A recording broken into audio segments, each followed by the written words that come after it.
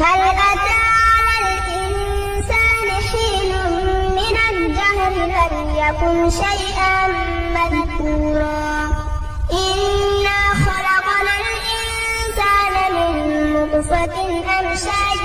نبتليه فجعلناه سميعا بصيرا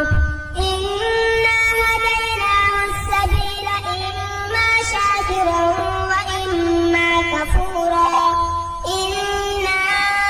أعتدنا للكافرين سلاسل وأغلالا وسعيرا إن الأبرار يشربون من كأس كان مزاجها كافورا عينا يشرب بها عباد الله يفجرونها تفجيرا يوفون بالنذر ويخافون يوما كان شره مستطيرا ويطعمون الطعام على حبه مسكينا ويتيما واسيرا